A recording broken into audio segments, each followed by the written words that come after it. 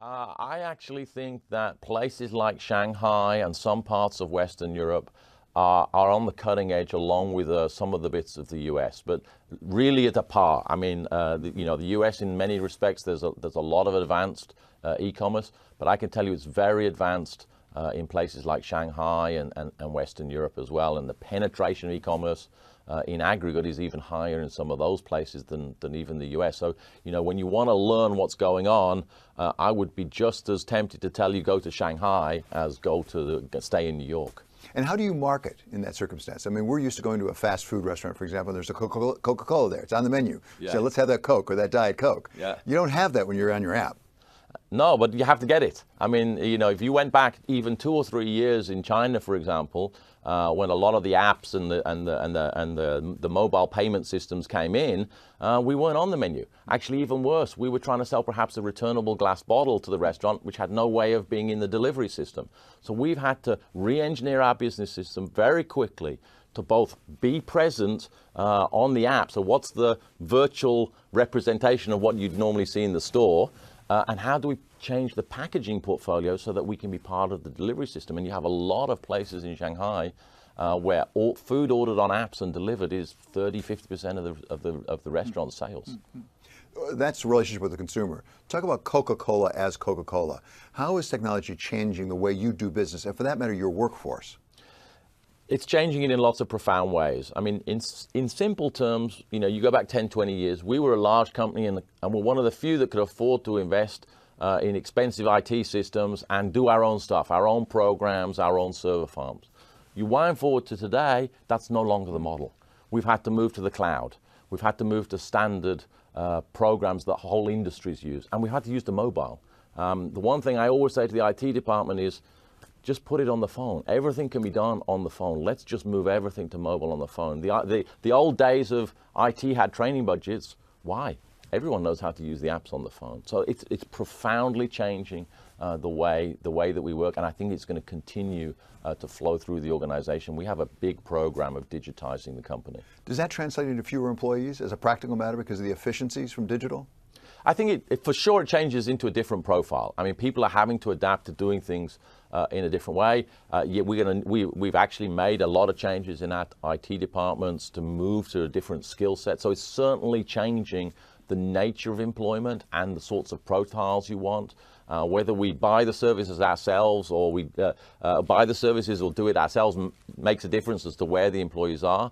But net, more employment's being generated in the economies. So can Coca-Cola compete with Silicon Valley and the digital startups when you're trying to recruit the young computer scientists? Well, Atlanta is a very fast-growing economy. The state of Georgia has been ranked, top 1 or 2 of place to do business in the U.S. for many years in a row. The local political system's done a great job, so has the city. So it's a very competitive economy there, and we do very well in it. We're happy to see Atlanta and Georgia growing, and they've done a lot to invest in tech startups and the media industry in and near Atlanta, and it's being very successful. As you look toward really substantial growth in these new beverage categories, are you looking at acquisitions? Are you looking at organic growth? I mean, you have been inclined, I believe, to look for smaller brands, startup brands, bringing them along. Is that the future path to a significant degree for Coca-Cola? I think it's going to be both. I mean, we have grown organically, but we have made these bolt-on acquisitions as no longer carry plays. Even shorting the euro is an expensive proposition these days, similar to shorting the yen. So the carry differential story is definitely much more in favor of the dollar than it ever has been, and yet the dollar is viewed as a funding currency, largely because in some cases it has to be, just the way folks have to invest and that sort of thing. But it's kind of an interesting dynamic how much that's changed in the last year and a half. Brad, real quick, the cross for the next 2 minutes, how you plan it? Which cross? I'm sorry? Well, which cross? I'm asking you, which cross are you playing the jobs number? What's the trade over the next 2 minutes? The trade over the next 2 minutes is definitely going to be dollar yen. That's always the one that's in the crosshairs on NFP Friday. But you have to look at euro yen as well. I think it's interesting that the yen has sort of outperformed the Swiss, for example. Dollar yen has come a long way, sort of led the move. So I could see euro yen falling while dollar yen falls and the euro dollar falls. So if you kind of got that euro weakening while yen maybe strengthening a touch. So it'll be interesting to see how that reacts to NFP today. All right, Brad Bechtel of Jefferies, thanks very much. Great to catch up with you before the numbers. Still with us, Alan Kruger of Princeton University. Final thoughts in the next 90 seconds. Well, I'm going to be very curious to see what happens with manufacturing employment. I think a stronger dollar is going to start to affect trade before long, and that could be reflected in manufacturing. Yeah. So, and what about education? Because we actually just had a note from one of our colleagues who said, watch education. They think it might be an outlier there. The education sector, that well could be. The seasonal adjustments are always hard with education, but I wouldn't think that April is such a difficult month for seasonal adjustment for schools. All right, Alan, hang on. We're going to get the jobs number in just a few seconds. I just wanted to check in on the markets and where we stand into the numbers. So it feels like we're in a tight range waiting for that. The Dow Jones, though, about the lows of the session, off by 75 points in the futures market.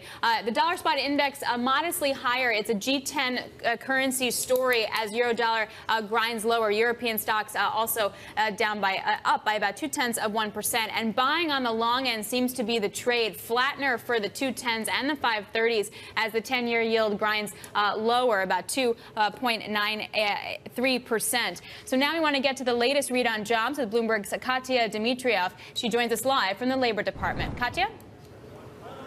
164,000 jobs were created last month in the U.S., far below what we were looking for, the 192. But the unemployment rate we were looking for, it's down to 3.9%. So a very tight market. March was also revised up to 135,000, bringing the March and February gains up from the number we had there to 30K additional jobs. All of the jobs were in the private sector. Government jobs actually down 4,000. Average hourly earnings up 0.1%, below what we were looking for. Year-over-year gain is brought up 2.6%, also below 2.7% that we were looking for. Participation rate, little changed at 62.8%. We were looking for 62.9%. And average hourly hours worked, rather, unchanged, also at 34.5. We've got the marginally attached, or the U6 rate, 7.8%. This is the lowest since July 2001. In the manufacturing sector, this is really going to be one of the stories of the day. It's up 24,000. This is up since July, been up since July, and also up more than expected. And in machinery and fabricated metals, so people who are looking for any impacts on tariffs, both of those are up. Machinery up 8,000, fabricated metals up 4,000.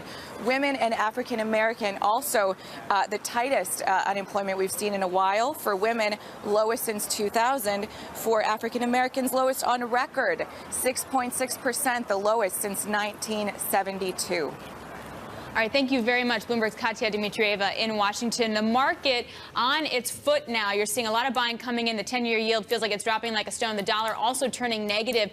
Futures market, though, still seems relatively calm, although off the lows of the session, as it feels like we're rethinking that potential stronger job market story on the margin. I mean, we're clearly still in a tighter labor market, but nonetheless, that 3.9% U3 unemployment, really interesting to see what's going to be the trigger for those higher wages, David. Yeah, and rethinking the stronger dollar, too, a little bit. The dollar is off a little bit softer there. Joining us now is Subhadra Rajappa. She is Societe Generale, head of U.S. rate strategy. Alan Kruger of Princeton University is still with us, so I'm going to push you here. Solid? I mean, come on, this is well below what's expected. I mean, 164, and also the hourly earnings rate is 2.6, not 2.7, not 2.8. You still think it's solid, Alan? This is perfectly solid. And, you know, the miss on the top line jobs number is a pretty small miss in the scheme of things. The typical revision is plus or minus 50,000. Last month's revision, if you add that to this month, we're right on the expectation. What I would say was most interesting in this report was labor force participation. I was just going to ask you that question. I think if you would have asked people, unemployment rate's going to drop to 3.9%, and labor force participation rate is down over the last year. You know, President Trump ran on he's going to raise labor force participation. It's not happening. None of the policies are really focused on bringing people back to the labor force. So I think the market should focus a little bit more on that, frankly, because it suggests that we are going to hit some speed bumps when it comes to expansion. We're going to, sooner or later, we're going to be running out of workers if the recovery continues, and that will put more upward pressure on wages. But as you said, David, the wage number is a disappointment. Yeah, so, Subhadra, let's turn to you here now. There is an issue with participation because President Trump has said that's his number one priority. At the same time, Mr. Kruger was the chief economist for President Obama. We should just notice that, okay? As we take that. But how do you react to these numbers? These look somewhat disappointing, but even though they're solid, right, Alan? Yeah, they are, and that's reflected in the lower unemployment rate. I mean, we're 3.9%. The consensus going into this report was 4%. But the participation rate hasn't really meaningfully changed in the last, several months because we've not seen people coming into the workforce. It's mostly driven by more macro factors like demographics. So that's what's really driving the participation rate lower. And the fear is that we might land up a lot sooner to 3.5% unemployment rate if the participation rate doesn't pick up. So why hasn't the participation rate picked up? I don't understand. We keep adding. I mean, even 164, maybe it's disappointing, but it's more than the 125 you'd need to just stay even, right? Oh, sure. So we're adding jobs, and we've been adding jobs for month after month after month, and yet the participation rate does not go up. In fact, this time it went down a bit. Right. Well, part of it is demographics. The workforce is getting older. Older workers have a lower labor force participation rate. And for the next 2 decades, that's going to put downward pressure on labor force participation. But the other factor is once people leave the labor force, they often rearrange their lives. They retire early. They take a change where they'll take care of their family. And it's difficult for people to come back to the labor force. So even in the months where we saw labor force participation rise, it wasn't because people were out of the labor force were coming back. It was because people were staying in the labor force longer. So I've expected that it's going to be a challenge for a long time to come to raise labor force participation. Unless we can make the workplace friendlier towards women, more flexible for primary caregivers. And this is increasingly going to be an issue because we're going to need people to take care of older family members, and that is going to put more downward pressure on labor force participation. Subhadra, by the long end? This is exactly what I was expecting, given the fact that the wage number was a lot lower than expected. You would have expected a rally in bonds, and that's exactly what you're seeing is a bull flattener. And how much of that is going to also be the massive short positions that we see, especially in the belly? That could be a driving factor. Positioning typically tends to drive buying from investors who are short going into the unemployment numbers. So that could partly be responsible for why we're rallying today. But I think it's mostly the miss on the average hourly earnings. Is it sustainable? Because I feel like after the Fed, it was, oh, look at the steepeners, the flattener over, and the next day the flattener was back. I mean, are these going to be short-term trades, or what makes you think it's going to be a longer-term trend? Well, the longer-term trend is for a flattener, right? Because the Fed is hiking rates. So you are going to see bouts of steepening if we get strong numbers in the U.S. But for the most part, I think that the flattener is here to stay. Alan, we talked earlier about the Fed earlier this week not commenting on a lot of indication of strong growth. How will they interpret these numbers? I mean, are they consistent with what they've seen? Is this continue to raise questions about the strength of growth? Well, these numbers are going to be mixed for the Fed. On the one hand, the moderation in job growth looks sustainable, moving to something that's more sustainable. And wage growth is weaker, which means that they don't have to hurry as much in terms of raising rates. On the other hand, the fact that labor force participation continues to decline is going to be an argument that we are really facing a tight labor market. And one thing I would add, David, I would put much more weight on the employment cost index than on the average hourly wage number that comes out this morning. The ECI is designed to pick up compensation pressures. It's looking at the same jobs from quarter to quarter. And the ECI has picked up by 2.9% over the last 12 months. I think that's a better indicator of wage pressures. But no doubt, a NAIRU at 4.5%, I don't buy it one bit if we have 3.9% right now for U3. Do you feel the Fed needs to re-rate their NAIRU, and what does that wind up meaning for the market, Subhadra? Well, the national rate of unemployment is around 3%. That's what the bond market is telling you. If you look at, say, the 1-year forward 1 year, the 3-year forward 1 year, the 5-year forward 1 year, it's at 3%. So basically, the bond market's telling you that the national rate of unemployment is around 3%. So the bond market's very efficiently priced for that. So what we need to see is some change in the dynamic that's going to eventually lead to a higher natural rate of a neutral rate in the Fed funds. So basically, that's what we're looking at is a higher neutral rate. The natural rate of unemployment could be a lot lower. Basically, given the fact that over time, if you don't see a meaningful change in the wage picture, then your natural rate of unemployment is going to continue to go lower. So, Alan, where do we see $1.5 trillion in fiscal stimulus in these numbers?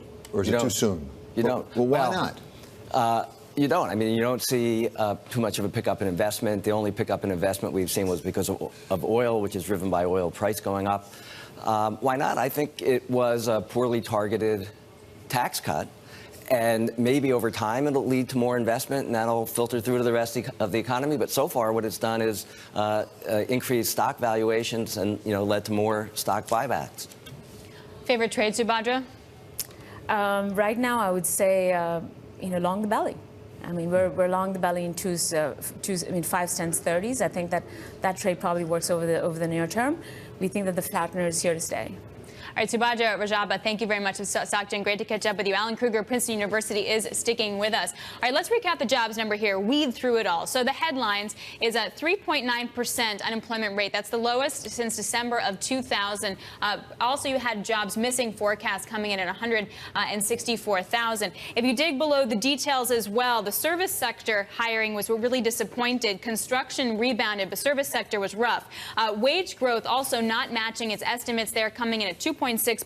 A big part of that was deceleration in wage growth from the financial activities sector, education, and health services. It was pretty broad-based weakness overall in the service sector. And obviously that having a reaction in the market. You just heard Subhadra say it is buy bonds, particularly in the belly, with the yields moving lower by about 3 basis points. The dollar also rolling over, but then making up some of its gains. 10-year yield there, yield dropping like a stone, 2.91% is how we trade. Not a lot of action, though, in the equity market per se. You're still looking at the S&P futures down by about 12 points, maybe picking up. I mean, no, I would say that we're not a lot of movement in the equity market. It seems to be the bond market where we're seeing it the most, and the dollar index coming in pretty much flat now on the day, David. Okay, coming up, we're going to talk about the opioid crisis. It is weighing on the economy and on the job market, and opioid manufacturers are now finding themselves the target of some class action lawsuits. We'll discuss that with Travis Lenkner. He is Keller Lenkner Managing Partner. As you commute in today, you can turn on your radio and listen to our colleagues Tom Keene and John Farrow from 7 to 9, and then Pim Fox joins Tom from 9 to 10. Bloomberg Surveillance can be heard in New York, Boston, the Bay Area, Washington, D.C., and all across the United States on Sirius XM Radio. Live from New York, this is Bloomberg.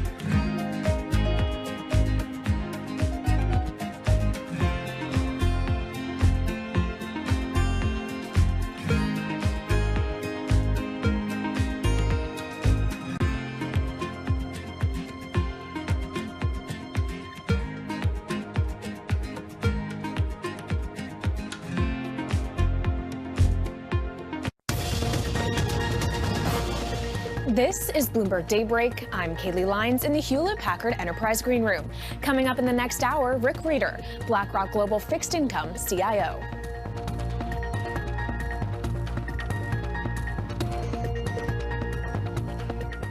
And now to your Bloomberg Business Flash. BMW increased profits from automaking in the first quarter. The world's second largest luxury car maker said return on sales were up, even though a stronger euro and spending on technology dragged on revenue. BMW is in the midst of a record rollout of new and refreshed models. The outlook for Lenovo shareholders just got a little grimmer. The Beijing-based company has been dropped from Hong Kong's benchmark stock gauge. Shares of Lenovo have plunged 57% since it was added to the Hang Seng in 2013. The company has been struggling since its mobile business steadily lost market share. And sounds like Elon Musk is having second thoughts. The Tesla CEO saw his company's shares tank earlier this week after cutting off analysts asking him questions on an earnings call. Now Musk says it was foolish of him to ignore the questions. Earlier, he said two of the analysts were working against investors' interests. And that's your Bloomberg Business Flash. Okay, we've got Elon Musk back in the news. He's having some second thoughts about how he handled that analyst call. There's a Twitter exchange here, basically, where one of the people there said the fact that you were unwilling or unable to answer was a red flag to investors. And Elon Musk came back and he said, true.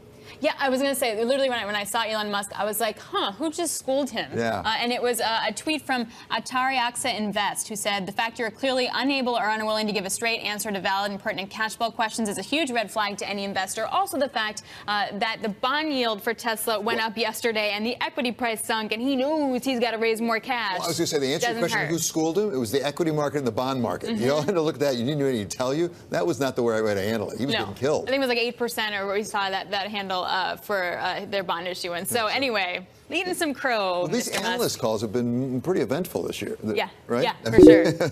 Okay, we're going to turn to a very serious subject now, and it's the U.S. opioid crisis. It's at the forefront of national attention. And just this week, 3 law firms filed suits in 4 different states against the major opioid manufacturers and distributors. We'll put them up here in just a moment, charging them with fraudulent and deceptive marketing practices, negligence in distributing opioids, and other violations of state and federal law. One of the firms that filed the suit is Keller Lenkner, and we welcome now from Chicago, Travis Lenkner. Keller Lenkner, managing partner, and Alan Kruger of Princeton University is still with us. And Alan's here quite specifically because he's done a lot of research on the effects of opioids on the job markets. So Travis, welcome. Tell us about this lawsuit. Who did you sue in particular? We'll put them up on the screen. Thanks, David and Alex, both great to be with you. We filed suit against the primary opioid manufacturers and distributors. So those include probably the name people are most familiar with associated with the opioid epidemic, Purdue Pharma, but other companies as well, all for their role, as you said at the outset, in really creating this opioid epidemic that has now become such a public health crisis that we're seeing across the country. And what did they do or not do that you think gives rise to damages? It's really what they did. What they actively did was to perpetrate a fraud on doctors and patients in terms of all the things they were saying and the information they were putting into the market about the addictive properties of opioids. Our complaint is around 100 pages long, so I won't expect your viewers to dive into everything, but it really walks you through the story of this epidemic and all of the steps that these companies actively took. This included creating supposedly independent groups, but actually those were fronts. They were funded by the drug companies, disseminating false information and saying that opioids weren't addictive, when of course we've known for decades, if not more than a century of medical thought, that opioids are incredibly addictive and should only be used in closely monitored situations. But instead we saw, as a result of these companies' actions, prescriptions spiking, and then all of the after effects, not only including healthcare costs, which are the subject of our suit, but also the effects on the labor market, which I know Professor Kruger has really gotten into with his fascinating research. Well, exactly. I want to bring Alan in here in a moment, but I want to skip to damages for a moment. Let's skip over liability and skip to damages. That goes to the question of what effect this has had, not just on people, but the economy, the workforce overall. How are you measuring damages potentially? Well, the damages in our suits are filed, there are 5 in 5 different states, and they're filed on behalf of classes of plaintiffs who purchased health insurance in those states. So if you bought a policy yourself, or if your employer purchased coverage for you, your employer is part of the class. But the damages are the increase in the cost of health insurance as a result of this crisis. There are many different estimates out there. One of the lower estimates I've seen is using some of the most recent data, though, that has really been aggregated, and that's from 2013 data showing about a $14 billion increase just in private insurance costs nationally as a result of the opioid epidemic. The insurance companies aren't eating those costs. They're passing them on to policyholders. So you and I and everyone who is purchasing all or a portion of a private insurance policy, we have all paid more for our insurance company, for our insurance coverage, rather, as a result of these companies' misconduct. So, Alan, as I say, you've done extensive research into the effect of opioids, particularly on the job market here. This is a sort of an interesting way into it, the increased cost of medical benefits. Well, it's an example, I think, of our legal system working the way it should, where those who are responsible for problems bear cost for it, and they should think twice before they take actions. I'm curious if there's evidence that the pharmaceutical companies are changing their strategy. Have they responded to the suits that have taken place, not only yours, but also some of the states suing under Medicaid? Sure, and as you mentioned, there are many, many states and cities and counties that have filed suit, and those suits are consolidated in a federal court in Ohio. There's some sense that the opioid companies are responding. The New York Attorney General entered into a settlement with a few of those companies a couple of years ago that changed some of their marketing practices, and you see them earlier this year responding to some of the criticisms and saying they'll be changing how they promote those drugs in the field using their marketing representatives. But mostly what you see now are a lot of quotes and press releases saying that they too are concerned about this very quote unquote complex situation, and they want to help address it. Well, the way to help address it is to pay for the harms that they've caused to the American people. Yeah, I want to be very careful here, Travis, because correct me if I'm wrong, but I think Johnson & Johnson, which is one of the defendants listed, actually, I think got out of that business, right? Aren't you suing for what the opioids they manufactured in the past? Absolutely. Some companies have changed their business focuses, and so the suits are looking, including at past damages and companies that were selling those drugs in the past. That's absolutely right. Alan, does this work? Well, we've seen this repeated. I mean, the same issue happened with the tobacco companies. So it should work. Tobacco companies weren't affecting the unemployment rate necessarily. Or the market. No, but if you look at the economic costs, it goes much deeper than what I've looked at, which is employment, labor force participation, and of course the human issue and the loss of life, which is a tragedy. The Council of Economic Advisors recently released a report on the total economic costs, which I think were around 5% of GDP. So this is a macroeconomic issue, and it's a human tragedy. Travis, finally, just to draw the parallel with tobacco for a second, that took years and years. What is the time frame do you expect for your litigation? We don't expect a quick resolution. We're buckled in for the long fight. And as we mentioned earlier, there are other suits by a lot of other actual state governments and counties and cities that are consolidated in federal court. The Department of Justice has weighed in and said that it will help with all of these suits as a friend of the court. And the court is pushing in the government entity cases for hopefully an early settlement. But the lawyers in those cases and the judge are also prepared for a longer litigation track if that's what's necessary. Okay, Travis, thanks so much. That's really fascinating, really educational. Travis Lenkner of Keller Lenkner. Thank you. He has his lawsuit going against the opioid manufacturers. And Alan Kruger of Princeton University. It's been great having you here as always, Alan. Thank you very much. All right, well, coming up, still to come, it is a tale of the two finance sectors. A slump hits European banks and trading, but not their peers in the U.S. Also, we're seeing some deposit beta over in Asia. Plus, if you have a Bloomberg terminal, check out TV Go. You can watch us online, click on our charts and graphics, interact with us directly. Just go to TV Go on your terminal, scroll through, and check it out. This is Bloomberg.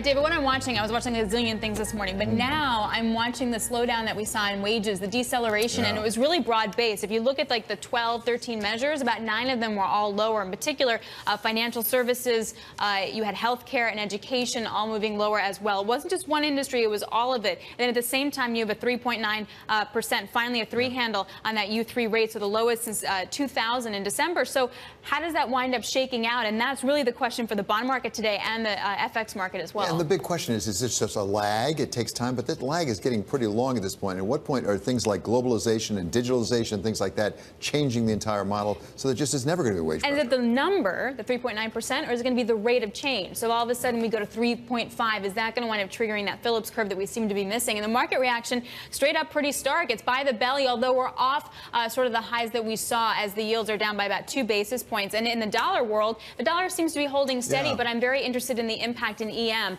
If you take a look at, say, the Argentine peso, for example, at a record low going into today, and you can see that will that continue if the dollar comes off their highs? It was fascinating, actually, the observation that as the dollar really strengthens, it really exposes all the idiosyncrasies across all those EM markets. Absolutely. Less tolerance, though, also, as the dollar continues to gain strength. All right. Bloomberg Markets, the Open is up next. Michael Gapin of Barclays, Rick Reeder of BlackRock. This is Bloomberg.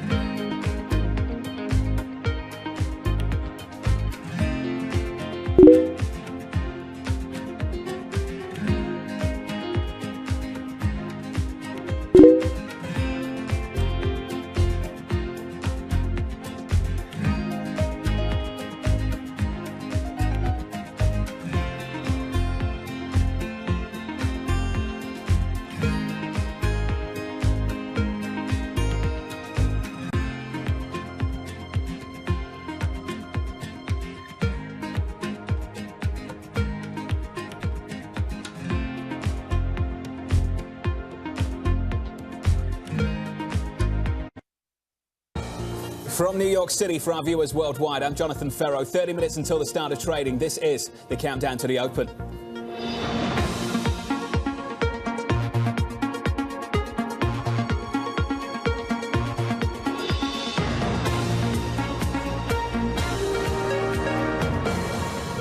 Coming up, payrolls rebound in April, the unemployment rate dropping below 4% for the first time since 2000.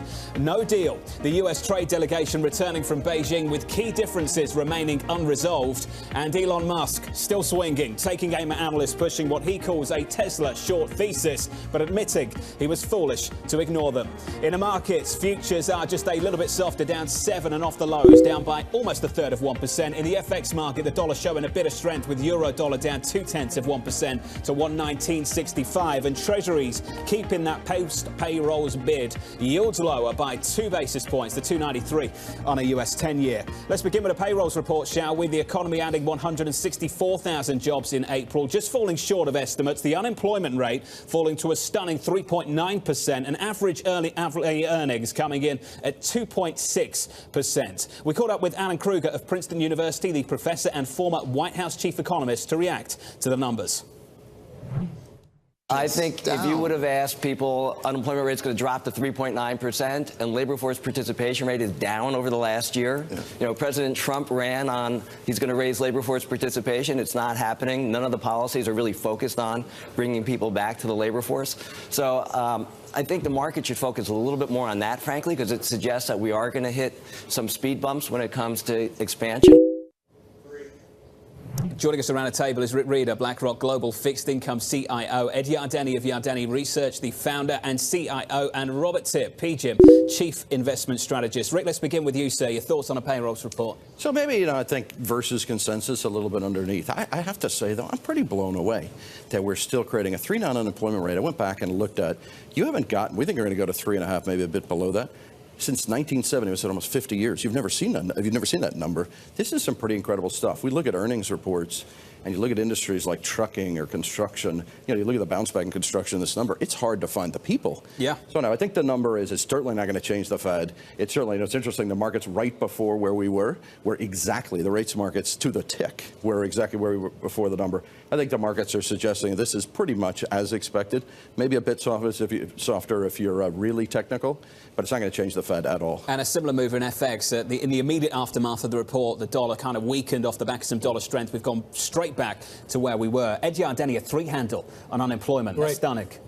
Yeah, I think it's really quite possible. The economy is doing extremely well. I actually prefer to look at the ADP data on unemployment because that's hard data, and it's been about 200,000 per month. So we are finding people, but we are at full employment. I mean, the number of people that are unemployed is about 6 million, and the number of job openings happens to be 6 million. So we got basically frictional unemployment.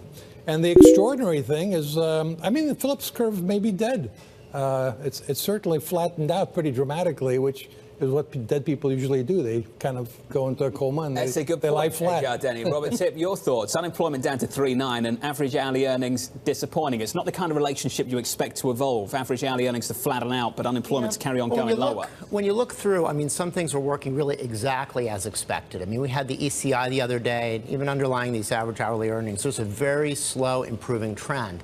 I think the thing that's a little bit different than what people would expect, and if you look at the leader in this whole trend of what's going on in the economy, look at Japan. They have a 2.5 unemployment rate right now, and they do not have wage inflation. So there's a lot of global competition out there. Yeah. And so this is a great environment. And I think it's much easier that we get a number like this in the 100s, low wage growth, as opposed to if we had a 350,000 today or something, an upside surprise. The inflation target was just achieved on Monday, and the PCE got to 2.0, and people would be concerned about overheating, the Fed maybe having to accelerate. So this is really a great number for the markets, I think. I want to cross over to Bloomberg's Gina Smiler. Gina, great to have you with us on the program. Walk us through the highlights of the jobs report elsewhere. I think, like the guests on your program have been saying, this really looks like a full employment jobs report for the Fed. And there are a couple of reasons why. So as we've noted, U3, the headline unemployment rate, has fallen to its lowest level since 2000. But importantly, U6, the one that kind of wraps in marginally employed and people who are sort of roughly attached to the labor market, has also fallen to its lowest since 2001. That's a big deal because it's closing the gap, suggesting we're closer to full employment or there. Flows into the labor force are also moderating. So if you look at people flowing into jobs from out of the labor force or flowing into unemployment, those are both pretty far down, and they've really been trending down throughout the year. And so that's another sign that we're pretty much at full employment. But you've seen the employment to population ratio across age groups really ticking up throughout this cycle, throughout the expansion. But that trend seems to be slowing down. We really saw them kind of moving sideways in recent months, and this month confirmed that. So I think all of this kind of speaks toward moderation. At the same time, the big mystery out there is what is going on with wages. For some reason, wages have really failed to break out of their holding pattern. They're still at 2.6% with this report, just moving directly sideways. And I think that opens up a big question for the Fed, because you've got full employment, you've got all these signs that the labor market is moderating, which is what you would expect at full employment, but you are not seeing the wage growth you would expect. And I think that's the thing to take away. Rick, you want to weigh in? Yeah, so it's something, the most fascinating thing, particularly for equity markets, particularly for credit markets, is we're in a world today, we're getting pricing power if you're a company for a lot of industries in the new world of technology. How do you raise prices? Because you got to be the cheapest manufacturer in the world. You got to be the cheapest transporter. How do you get, if you press wages higher, you're going to directly hit at margins. And there's some industries that will get some pricing power. I think for the Fed, wages are a component, but it's price stability. And I think the interesting thing is you're not going to see, we don't think, dramatic inflation increases. If you take where we are in the output gap, you think about a potential 3.5 unemployment rate, you're going to create some more inflation. And wages are accelerating. I think Ed made the point. They're just going to be pretty well contained. This is a very different dynamic than we've seen before. That's a very important point you're making on the profit margin. Global competition is so intense you can't raise prices. The Phillips curve model posits that wage pressures pick up with unemployment, and that gets passed through into prices. However, there could be a feedback loop, which is if you can't raise prices, you're going to be pretty careful about your wages. And if you can't be, then the profit margins will get squeezed. And one more point, the tax cut just blew the profit margin to all-time record high. So there's actually room as a result of the tax cut for margins to be squeezed. I want to cross over to Michael Gapin, who's been waiting patiently for us. Michael, great to catch up with you, the Barclays chief US economist, joining us now from busy trading floor here in New York. Michael, are we at full employment? And is the Phillips curve dead, in the words of Ed Yardeni? I don't know if it's dead, but I think, like your guests are suggesting, it's awfully flat. There's not a lot of upward pressure on wages, and so this isn't a report that is going to make people worried that inflation is going to break out to the upside. The Fed can continue to normalize gradually, but there's very little risk it has to accelerate. I'd also say that that's the good news. The bad news for me in this report is it's also evidence the supply side of the economy isn't picking up. We actually want to see employment growth slow a little bit, but output growth remain high. So we're in a world. The bad news for me on this is that solid gains in employment that continue to push the unemployment rate lower means we're stuck in a low growth, low inflation world, and the Fed's going to keep normalizing. So I think there's both good and bad in this type of report. Michael, how much lower can unemployment go? We're at 2,000 levels now with a 3 handle. What kind of numbers are you thinking of at the moment? I'm thinking 3%. I'm thinking 1953 levels for the unemployment rate. Are you thinking Japan-esque labour market? That's the words of our panellist from PGIM today, Robert Tipp. He's thinking more about the Japanese labour market. Is that how you're thinking about things, Michael? I think that's about right. I think we think wage growth can maybe get to 3%, a little bit better, maybe up to 3.5%, but that's probably the limit from our side. So a still declining unemployment rate, only modest growth in wages. So yeah, maybe inflation a little above 2%, but not very low risk of a significant breakout to the upside. Michael, stick with me. Rick Reader, the idea that we have a Japanese labour market here in the United States of America, something you'll give some more thought to, or is it radically different? So, I think the economic paradigm in the U.S. versus Japan is different. The potential growth in the U.S., the demographic, the leverage is very different. The vibrancy of the U.S. economy is very different. But I think, like Robert said, there is some dynamic around where you won't create as much wage inflation as you have historically. But I think some of the parallels. By the way, you look at it today in terms of the inflation we are creating in the U.S. Japan's not. The line's pretty flat in Japan. The line's pretty flat in Europe. Unbelievable. Flat in Europe with where growth is relative to potential. The U.S. is creating some inflation. It's just not going to be in a global marketplace with technology influence. It's just not going to be what it was historically. Robert Tipp? Yeah, I think the inflation is, if you look inside of the CPI and core CPI, it's kind of focused in the housing area. And away from that, it's pretty modest. And I think coming back to the wage pressures, again, I think all these curves work, but I think there's more slack in some respects. The employment to population ratio, which crashed during the financial crisis, is just inching back. And Americans, really need to work longer. That's a dynamic I think that you're going to see. So I think that's why, you're not seeing pressures around the world. One of the reasons is because people are going to be working longer. But the other is the companies, the hiring process is pretty concentrated in large multinationals. And, if you have a lot of upward pressure on wages in any geographic location, the next factory, what have you, it's going to be somewhere else. So I think that's controlling things. Michael Gapin, it's still really difficult, I think, for a lot of investors and market participants to absorb the idea that we're going to remain in a low inflation world when you have a labour market in the United States set up the way it is, with unemployment at a 3-handle and fiscal stimulus still working its way through the economy. Just how do you explain that to clients at the moment, that we stay in this low inflation world, even with all of this fiscal stimulus so late cycle? I think it's very much what Rick had mentioned. It's a different world right now. Some of it's technology driven. I'd also argue some of it's global markets. I'd also argue some of it is industry structure. Some of the big market leaders are much closer to monopolies and oligopolies than they are perfectly competitive industries. And I think you get outcomes like this where wage growth can remain muted and these firms have some pricing power, but a lot of this goes into margin. So I think it's a combination of a lot of different factors. I don't always pretend I have all the answers, but some of these line up in a way to me that makes sense. Michael Gapin, Robert Tip, Ed Yardeni, Rick Reader, all sticking with me. Coming up on the programme, the US leaving China after 2 days of trade talks. That conversation coming up next. In the markets about 19 minutes away from the opening bell, with futures just a bit softer here. We're down 1/3 of 1% in the bond market. A topic of conversation coming up very shortly on this programme. That bid sticks, but only just. Yields are lower by a single basis point to 293 on a US 10-year. This is Bloomberg.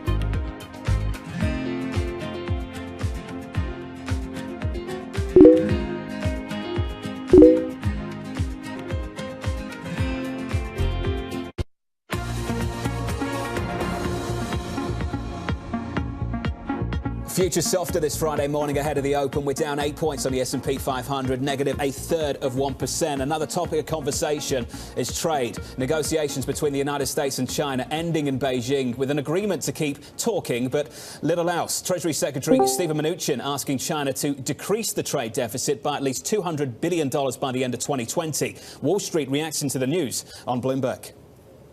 I have to say the demands right now are quite high. I think that's going to be a very difficult task. The question is, does Donald Trump really just want some kind of tweetable wins? There used to be a talk of 100 billion, now it's 200 billion. The conversations we had in Washington very recently, they point to a much more abrasive agenda. If they're even half serious about this, that the tech war, which is already on between the US and China, just got much uglier. You could get a kind of positive outcome if this is the art of the deal, going in with big asks, getting a few small wins in return. I'm not sure we can count on that, so I probably would expect that this would be kind of more market negative over the next few months. Joining us now, Bloomberg's Michael McKee, our international economics and policy correspondent. Michael, we've actually got some real clarity on what this administration wants from the Chinese now. Your thoughts? Yeah, that was a real question on going into these talks. I'm at the Hoover Institution at Stanford University.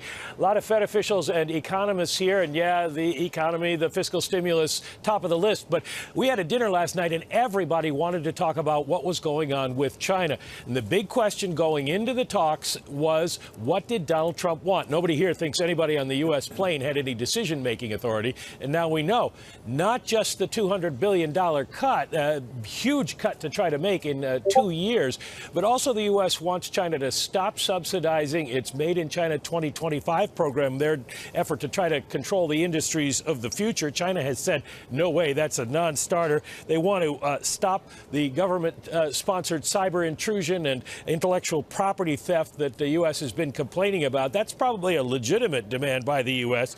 They're looking for quarterly reviews of progress, meeting on a regular basis. And here's another one that probably was a non-starter. We reserve the right to put sanctions on you, but we say you should not retaliate in any way.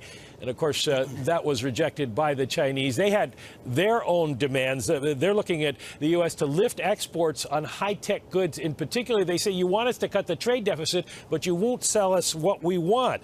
They also want access to the U.S. government's procurement program. Buy some Chinese technological goods. The U.S. doesn't want to do that because they're afraid that they're spying on us.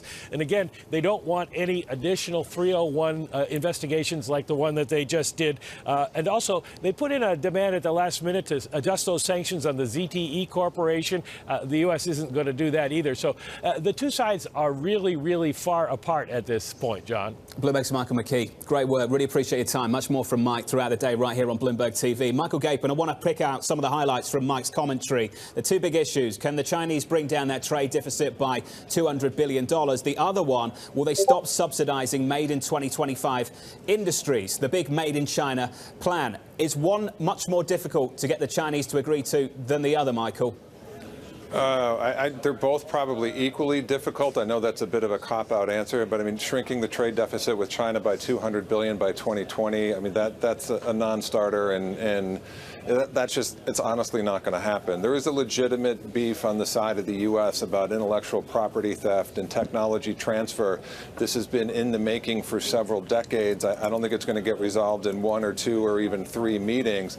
The question is, there's agreement about this. The issue is, what do we do about it? So it may be just as hard for them to give up those aspects. So both of those are difficult. I think this is a lot of negative news for the markets, but my message would be, it took us 30 years to get here. It's going to take a lot longer than 2 or 3 meetings to get out. So be prepared for these types of headlines and volatility-inducing reports. Bloomberg's Barclays' Michael Gapin. It's great to have you with us on the programme. Thank you very much for joining us. The big story for the market then hasn't really been trade. For EM, lots of people remained overweight until that dollar story started to bubble away over the last couple of weeks. We caught up with David Wu of Bank of America about what's next for the US dollar. Finally, American companies are putting their money where their mouth is and investing in this country, and this is going to help raise productivity growth, it's going to help raise wage growth, and that's going to be the strongest reason to buy the US dollar. The dollar's back, Rick Reader, and EM is struggling. Turkey, Argentina, 2 big hotspots shining bright red on this market at the moment. There are a couple of things I think are amazing. One thing I've learned over the years of investing, markets can only do one thing at a time. They can only focus. So it used to be trade. That was the only thing we could focus on. Yeah. North Korea, by the way, when we get an agreement on North Korea, nobody could focus on that anymore. Now it's the dollar. And so markets have this unbelievable ability in the big data world to just make sure they focus on one individual piece of news. The dollar is a big deal, though. I mean, I will say today, where you get a lot of noise in the world about a lot of influences, You think about what hurts the market more than anything else. Hurts the equity market, hurts China, hurts global trade, hurts emerging markets. Is the dollar appreciation is a big deal. By the way, there's news in emerging markets around elections in Brazil, in Mexico, Argentina, continuing to intervene aggressively. So the news has changed. I mean, if you said to me, there are times that you want to be in EM, we actually think EM has got real value here particularly. But this is kind of the off season for trying to pick the bottom on assets. So, you own some of it, you pick away a little bit. We've been buying a little bit here, but you got to be really careful because these are big moves. The Argentina move alone is wow. I mean, when you start raising interest rates by 300, 600 basis points a time, there's quite clearly a problem. Do you want to remain overweight, Ed Yardeni, and local currency debt at that in EM at the moment? I don't know that I want to be overweight Argentina or Turkey at this point, but I think an index of emerging markets still makes sense because I think, broadly speaking, the emerging market economies are emerging. You're seeing more middle-class people in all these societies are aspirational. What does it mean to emerge? It means that you don't spend 100% of your budget on food and fuel. You have more discretionary income. I think that's still very much the case in the emerging markets. So I would stay with that concept. And the other thing is, with regards to the dollar, everybody, I think people don't really appreciate that the dollar really reflects the relative growth of the rest of the world to the U.S. And so what the strength of the dollar is telling us is that the U.S. is suddenly looking better than the rest of the world. And I don't really buy that. I mean, the data shows that the global economy is doing fine. Robert Hipp, there are some very idiosyncratic reasons for why Argentina is taking an absolute spanking, and so is Turkey at the moment. But more broadly, your view on EM at the moment? Yeah, I think it's part of, there are two things that have happened the last couple of weeks that have kicked this off, and they've taken us from a phase of a weaker dollar and a little bit better, tone in the markets for EM that we are seeing and for local currency. And the one is the central bank differential in the G3. So, the Fed is on course, but the Bank of Japan took their timing off the table last week for when they're going to hit their inflation target, implying they're not looking at raising interest rates over there. They're flat out accommodative for the foreseeable. And you had a similar thing for Mario Draghi on Thursday. He didn't want to talk about monetary policy. He doesn't want to talk about we're going to stop buying. They didn't talk about it at all, Robert. They didn't talk about it at all, right? All we talked about is this pause and is it serious? So that was a dovish tilt. The Fed's on course, and bang, you saw the euro drop through support. The other aspect that's going on right now is we're tipping from a quantitative easing environment where in aggregate, these G3 central banks, Bank of Japan buying 80 trillion, ECB buying 60 billion, Fed holding pat. Now the ECB is going to zero. The Bank of Japan's at 60, going to 40. And the Fed is rolling off $600 billion a year. So we're now in the quantitative tightening mode. And so all of a sudden this year, volatility is a lot higher. So I think we're in a mode where big picture EM is cheap. EM, there's a lot of value. But you may need to be hedging out that dollar risk by being underweight euros or something like that.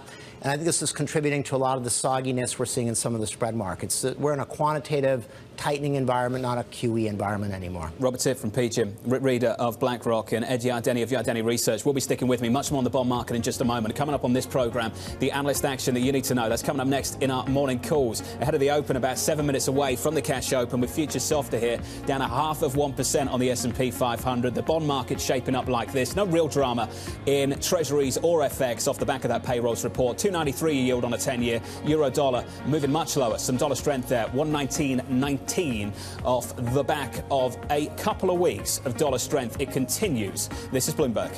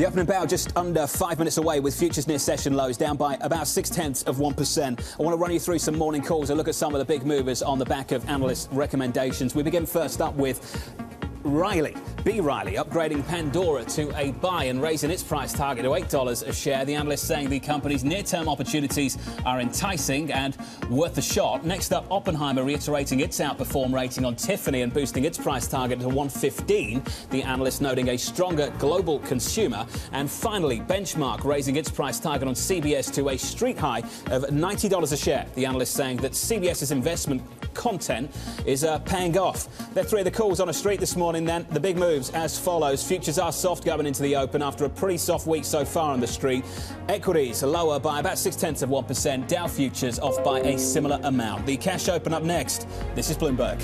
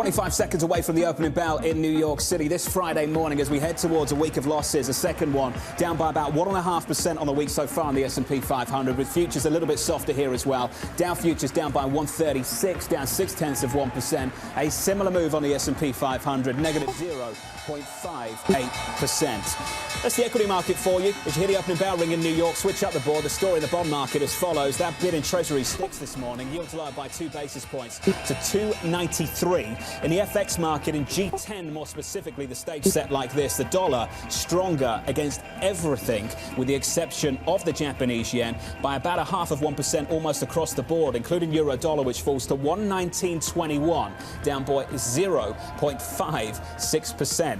With me around a table, Rick Reeder of BlackRock, Ed Yardeni of Yardeni Research, and Robert Tipp of PGIM. I know, Rick, you've written a lot recently about this move at the front end in Treasuries and what it could mean for risk assets elsewhere. Talk to me about how pivotal that's been in Treasuries and what you're thinking on what it means for risk beyond just Treasuries. Honestly, I think it's the story of the year. I think people are underestimating, why did you buy utility stocks? Why was this incredible demand? I had to get demand for yield when the funds rate is at 0.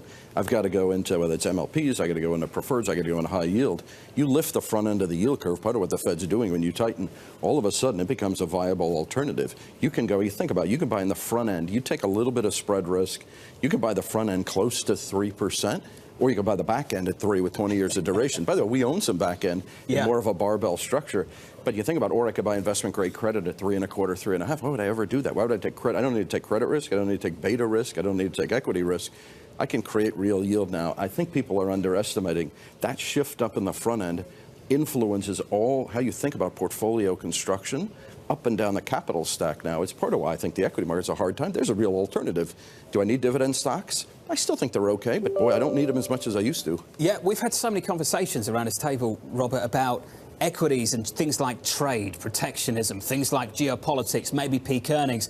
I don't have enough conversations, I don't think, about what's happening in the Treasury market and the competition for capital we're seeing from cash-like securities in T-bills at the front end, in 2-year notes on Treasuries. Yeah, well, it sounds like you're thinking I'm going to say you're supposed to go buy the front end of the curve. But I think, we can quibble about where on the curve you're supposed to be. I think big picture, though, U.S. yields are phenomenally high relative to global yields. And we're 5 years into this environment from the taper tantrum, and you still don't have higher long-term interest rates, right? So the instruments that have had the best returns over that time frame are the longer-term, higher-yielding fixed-income sectors. And I think over the next 5 years, that's still going to be the case. Risk-reward, if you can take your spread risk in the front end of the curve, obviously that's better. But I think the big story is that in this QT world, it's the opposite of QE. In QE, whenever they would start that, you would have a bear steepening of the curve. Now you're going to be flattening. And even if the Fed ends up at 3.5%, I'm not sure you're going to have a long Treasury yield that's higher than 3% in that environment. So the people that are, taking in the most yield over that time frame, I think, are going to have the best returns. Ed Yardeni? Well, I look at what's going on with the yield curve, and my conclusion is that the Fed, instead of being behind the curve, is actually on top of the curve or ahead of the curve. The Fed always used to tighten too little, too late with regards to inflation. What the yield curve is telling me is the Fed is spot on. They're normalizing monetary policy exactly at the right time, and therefore bond yields aren't going to go up. And I agree that if you look at it on a longer-term 5-year time frame, I think bonds are fine. I think stocks are particularly in good shape because if the Fed's going to keep a lid on inflation, then that means this expansion can last a lot longer, and I think it means that earnings can grow a lot longer. Rick? I'll throw out one thing. I think the Fed was the story of 2 years ago, 3 years ago, and I think the comment about their QT. I think the Treasury is the story of, so think about what's happening now. When we think about how do you think about asset allocation, you're a life insurance company, pension fund for sure, you need to have some long end exposure. We have some long end exposure for exogenous risk shock. But if you think about the long end of the curve, the long end of the aggregate index is down about 6% this year, and you think about where we're going, it's the Treasury that has to issue net another $1 trillion of debt this year. But at the same time Japan is selling, at the same time Europe has to reduce some of theirs because you can't hedge the currency anymore. It's such a big deal where we were before, the amount of debt that was moving overseas because of those interest rate differentials. If you can't hedge the currency risk, i.e., if you think about where we've been, it's a tricky thing. And we'll talk about where the dollar goes, et cetera. But I think it's a really big deal today is how do you think about that? Who are the buyers? And I think that for the next 3 years, it's how much, what it's going to have in these auctions, how many auctions fail, because we cannot absorb this much debt that they have to put in the market. Do you think we might actually see auctions fail in the Treasury market? It's a question of how you define failing, but you've had some really sloppy auctions. Listen, I agree with Robert's side. I mean, there's still a bid for, we're still in a demographic that's going to need yielding assets. Do I think the back end is going to move that much? No. Do I think the 10-year can go to 3.25? I do. But do I think we're going very far? I don't, because there's demand for assets.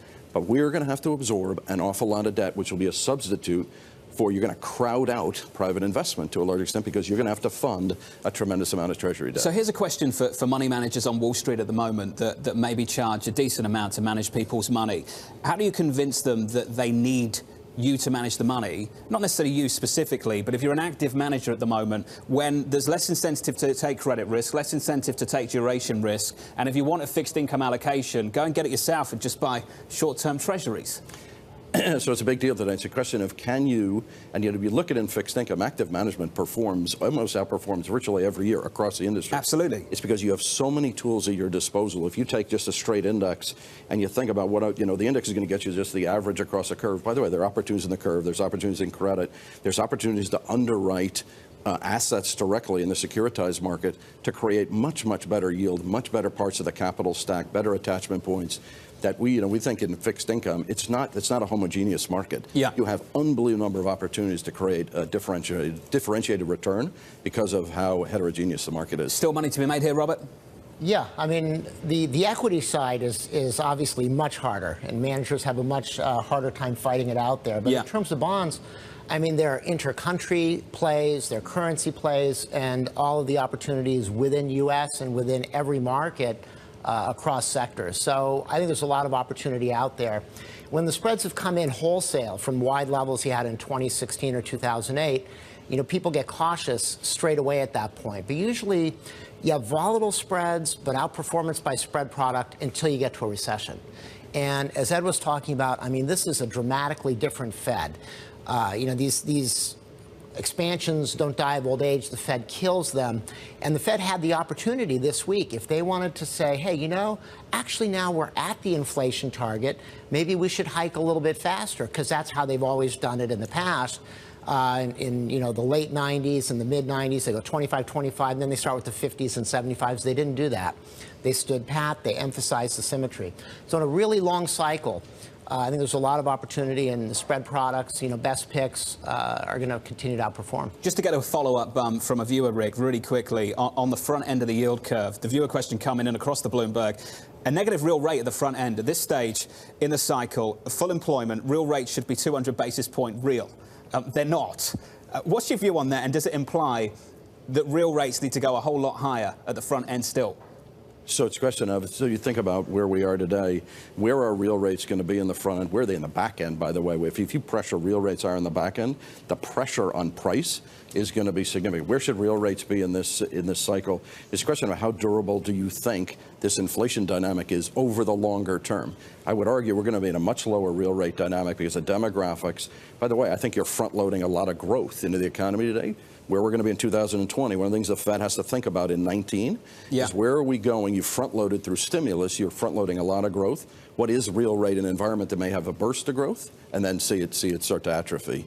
8 minutes into the session, a story looking like this for equities. Down about 0.2%. No real drama at the open, off by 0.25% on the Dow. Let's get you some movers, shall we? And cross over to Julie Harman. Jules. Let's start with Alibaba here this morning. The company out with earnings. Now, net income fell 29% year over year. It still beat estimates, and the company's operating margin shrank by 10 percentage points. That seems to be offsetting the news that the company expects 60% revenue growth in the next fiscal year after 61% revenue growth this year. Alibaba says not only has that spending crimped its operating margin, it's going to keep on spending. So it appears to be that is what is weighing on the shares here this morning. Let's move it on to the weight loss industry, which apparently is humming here. Weight Watchers and Medifast both up quite a bit this morning. Weight Watchers is still heavily shorted, we should point out. About 18% of its float is shorted at this point, but it is still appearing to benefit perhaps from the Oprah effect or just a general upswing. Also, maybe the Mindy Grossman effect there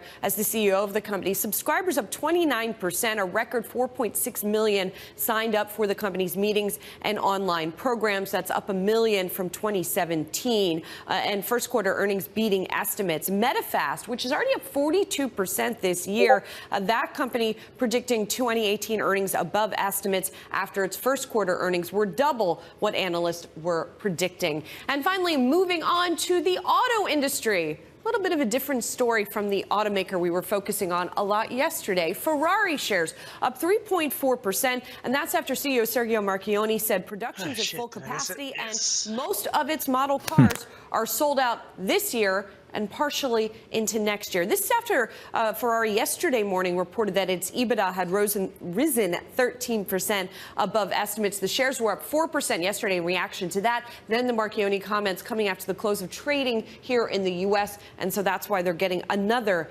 leg up in today's session. John. Jules, nice work. Thank you. I want to stick with the automakers. Elon Musk still swinging. Tesla CEO taking to Twitter saying, quote, "The two questioners I ignored on the Q1 call are Southside analysts who represent a short seller thesis and not investors." Our next guest is anything but short. Joining us on the phone is Pierre Farragut of New Street Research. He has an outperform rating and a $530 price target. That is bullish, Pierre. Walk me through your long thesis. Thanks for your question. So if I were to summarize it in one word, it would be, in a couple of words, it would be that Tesla is a loaded gun. If you look at the company, it has invested billions of dollars of capex. They have $10 billion equipment in the ground, and they're ready to produce up to 5,000 Model 3 a week. They also have 500,000 customers waiting for a car who have paid a deposit, a $1,000 deposit. And lastly, they have an operations running today, which is actually breaking even in terms of operating cash flow. So the company today, if it stops investing, is not burning cash anymore. So what happens next? When Tesla manufactures cars and sells them to clients, which are already waiting in line in front of the factory, they generate cash from operations, and with that cash, they can finance their continued investments. And that's what the street is missing today. Every Model 3 being sold brings in $35,000 of fresh cash into Tesla and allows Tesla to self-finance its expansion. So by the end of the summer, I think this will be visible, and the stock will reflect that situation, and current controversies will become less relevant. Well, I guess, Pierre, to really convince the shorts of the story that you're trying to tell and to get them to capitulate, they need to stop the cash burn rapidly. And I don't see any sign of that. They just burnt through $1 billion in the first quarter. So when does the cash burn actually stop? Yeah, very good question. Thank you. So, yes, so there is very clearly like a financing risk. There is no doubt. Tesla has $11 billion of debt, $1 billion of customer deposits. They have like maturities coming in Q4, $400 million, in Q1, $900 million. They have $2.7 billion of cash at hand, but they do burn $750 million in a quarter. Now, remember, that includes CapEx. If Tesla stops investing on CapEx, the cash burn actually disappears. Now, if nothing happens, of course, there is a liquidity issue for sure in the next 12 months. And that's the reason why we have a B3 rating. That's a 16% risk default. That's the right way to look at it for a fixed income analyst. But now my view is that the Model 3 is going to ramp between now and the end of the year. Even if you take into account major delays, the company is going to be able to produce, let's say, 30,000 to 40,000 vehicles per quarter by the end of the year. That would be like a very bearish view, way below expectations today. And at that point, the company breaks even in cash and can keep investing in its future. Pierre Farragut, with a very bullish outlook on Tesla. Rick Reeder, we've spoken to you so many times on this company. What did you think of the call with Elon Musk after the Q1 earnings? So you know what I thought about when you see that, and listen, I think what is being created, what he's creating, is revolutionary. Think about this company wasn't around. Electric vehicles weren't around. You know, being a public company versus a private company, you wonder why companies want to stay private. If you're trying to do something over a 10-year, 20-year time frame that changes the world in many ways, solar technology, battery technology, now the way vehicles, autonomous driving, pretty hard if people are looking at what are your weekly earnings or what are your quarterly earnings or what are your monthly sales numbers. It's a hard thing, and you could see how he could react that way. But I think the point around do you buy the debt or you buy the equity, you know, I've looked at the cash flow. We've modeled out the cash flow. If you get the cars going and if you get the truck going, there's plenty of cash flow there. But would you make the bet on the debt or would you make it on the equity?